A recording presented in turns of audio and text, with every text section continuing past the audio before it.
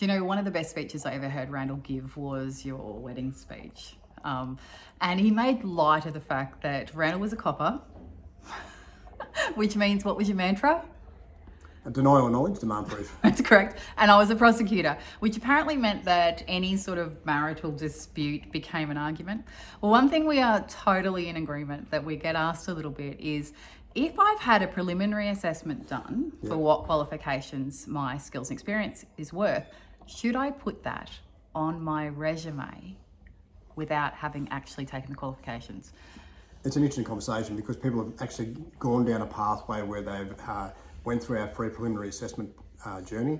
They've identified that there are qualifications that they could obtain, but at this stage, we haven't issued the qualifications. Now, as you know, Tricia, when we issue a qualification, they're all recorded with the federal government, and that information is able to be accessible by other training organisations, employers. So, and what is it that we're finding is happening? Well, the question's being raised, what if I just put it on my resume now, and if I do get the job, then I'll just reach out to the provider and pay for it later on?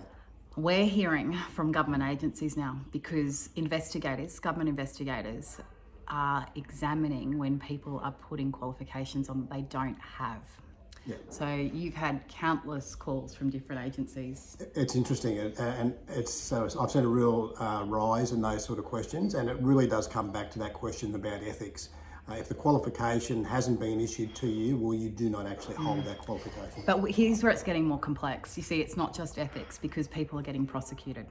Correct. They're losing their jobs. And what happens is they come to the training organisations. We have to provide a statement, which means we don't have any connection with them because they weren't actually an official client. So we don't have any privacy restraints on that. So we've had police, all sorts of regulators, haven't we? From nursing, health.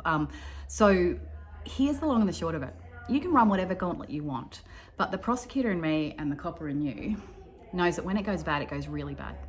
And what we're seeing is a rise of prosecutions, false qualifications, saying you've got a qualification to get a job, and that going really pear-shaped.